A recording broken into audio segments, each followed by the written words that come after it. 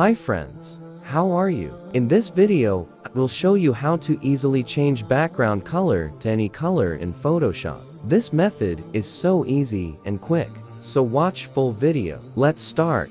Firstly, add your image, go to select, then choose subject.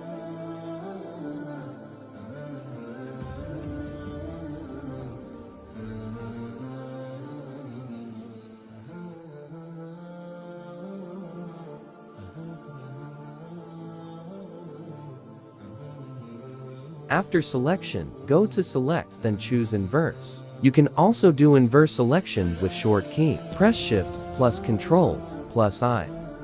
Now choose solid color. With this, you can easily change any color. Just add color and play with the blending settings. That's it. Hope you liked it. Subscribe for more amazing videos.